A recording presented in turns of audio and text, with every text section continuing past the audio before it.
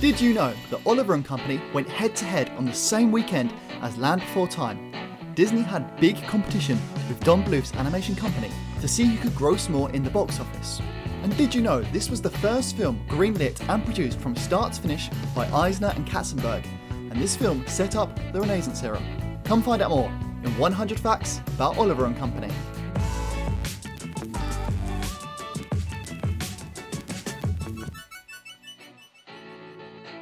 Oliver and Company is the 27th Disney animated feature film.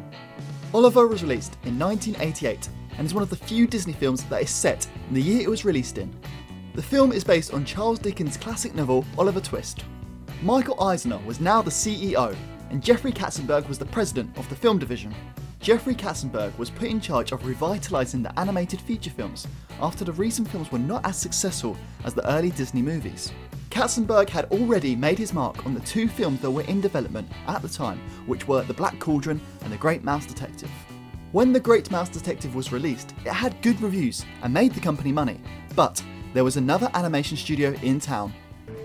The Great Mouse Detective was released in 1986 to good reviews and respectable box office, but there was a new animation threat in town, Steven Spielberg.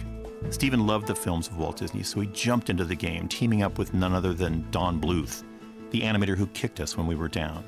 That year, An American Tail quickly became the highest grossing non-Disney animated feature ever, beating out The Great Mouse Detective by over $22 million. The next film would be the first animated film to be greenlit and produced from start to finish by Eisner and Katzenberg, so they wanted to make their mark. After the release of The Black Cauldron in 1985, Eisner and Katzenberg invited the employees to pitch potential ideas for upcoming animated features.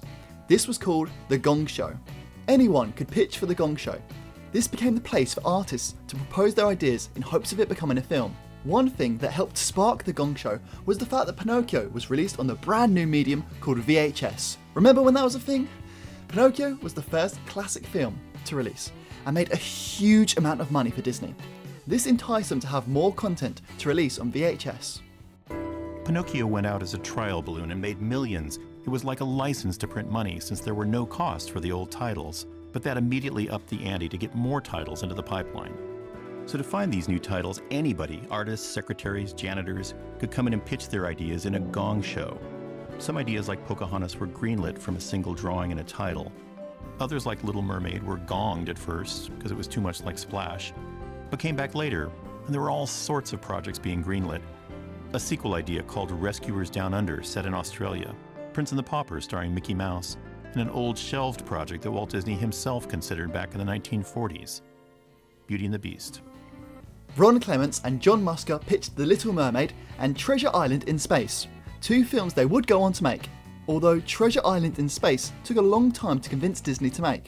Story artist Pete Young suggested Oliver Twist with dogs. Katzenberg had previously planned on producing a live-action adaptation of the musical Oliver when he was at Paramount, and he liked the idea and approved the pitch. The working title of the film was Oliver and the Dodger. Peter Snyder was hired to serve under Jeffery Katzenberg. Snyder was to focus just on the animation department. He made his mark quickly by firing one of the directors that was already working on Oliver and Company.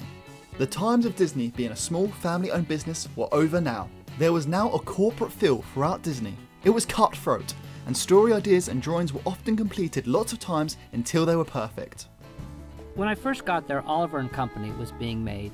It had two directors. This is Rick Rich. Hello. This is George Scribner. I fired Rick Rich, who was belligerent to me, and kept George Scribner, who sucked up to me. It seemed like the right decision at the time. People who like you get ahead.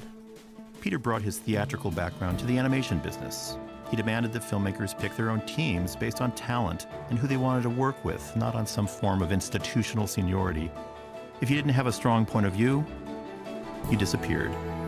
There was creative debate. You had to defend your ideas. It meant that more drawings went into the trash than went up on the screen. Throwaway drawings. The drawings we just throw away. They don't mean anything. Penny, these are the ones that we didn't even use. Revisions. Every line a writer changed. 100 drawings go in the trash. Disney was under a spotlight constantly from the news. Many journalists wondered if Michael Eisner could ever save Disney or if it was doomed to fail. Was the magic of the golden era truly gone? Many journalists questioned why Disney continued to produce animated films. They are very expensive to produce, with 24 drawings per second, and the time spent to produce each film racked up the cost. And because the family name is still the franchise, the company still produces a few of those Disney animated features, even though they cost a fortune to create. The new one is an animated version of Oliver Twist, with Billy Joel and Bette Midler doing the singing and barking and growling. But the finished film may well require 500,000 frames, each one drawn by an artist at a total cost of more than $10 million, more than it can make back anytime soon. Can you really afford to do what you want to do in animation as much as you want to do? The answer is no, but we're doing it anyway. We have to do it in this company. Have to? We have to. That is our legacy. I love that Michael Eisner knew how important it was to make animated films. There needed to be new animation films to put new products in Disneyland and Disney World to keep it fresh.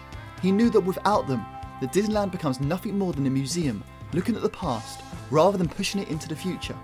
There was another film in production at the time, and this film was a huge success. This success created a new interest in animation from the audience. And this film was Who Framed Roger Rabbit, and this changed the landscape for animation. Richard Williams, one of my favourite animators of all time because of his influence on the industry, was in charge of the animation of this film. He managed to get talented animators from all over the world to work on this film, and many of these animators went on to join Disney Animation after. And the rabbit's doesn't want to go back in and out. It was a trifecta of elements that Bob knew he couldn't get from the Disney animation department, so he turned to animation veteran Richard Williams to animate the movie in London, and Peter sent me to London to ride herd on the animation. It was a real stomach punch for the guys back in Burbank. But the truth was, nobody really thought much of Disney animation back then. The combination of Spielberg, Zemeckis, and Dick Williams was like a talent magnet, and animators from all over the world just flocked to the project. Roger Rabbit made headlines and won Oscars for technical innovation and returned just millions to the studio. The top talent on Roger was shipped back to Burbank and put to work on Oliver and Company and Little Mermaid. It was like an injection of fresh, young, international talent that would pay dividends for years to come. The animators continued to work on Oliver and Company. Throughout 2.5 years of production, 6 supervising animators and a team of over 300 artists worked on the film. The film had competition when it was released. It was released on the same weekend as Don Bluth's The Land Before Time. Don Bluth's film debuted at number 1, grossing $7.5 million. Oliver and Company opened at 4th, grossing $4 million. But something interesting happened. Audiences continued to go and see Oliver and Company. The box office slowly trickled up. Well, by the end of the 3 or 4 months, we'd made 55, 56, 54, and we'd beat Land Before Time. And it was like, I think a lot of people were like, hey, there's something here. The chaos that Roy ushered in when he hired Michael was starting to pay off. And suddenly, everybody was happy to be associated with Toontown. Disney's film grossed $53 million, and Land Before Time grossed $46 million. This made Oliver and Company the highest grossing animated film in its initial run. Its success prompted Disney's Senior Vice President of Animation, Peter Snyder, to announce the company's plans to release animated features annually. In the animation area, the full-length animation, you have made a promise to do 1 film a year, is that it? Well, Roy made it. So we jointly made that one. It's our intent to make a new one every year. Oliver will be the first in that group, and Little Mermaid the following year was on schedule to be released a year from now. And we think we can do it. We're accumulating more and more and better artists, and certainly more and more experience as we go. This is what led up to Disney's Renaissance era. A boom period that included Little Mermaid, Beauty and the Beast, Aladdin, Lion King, and many more. I cannot wait to share with you guys facts about all of these films. Come join me next week as we talk about the first film in the Renaissance era, The Little Mermaid. I'll see you there.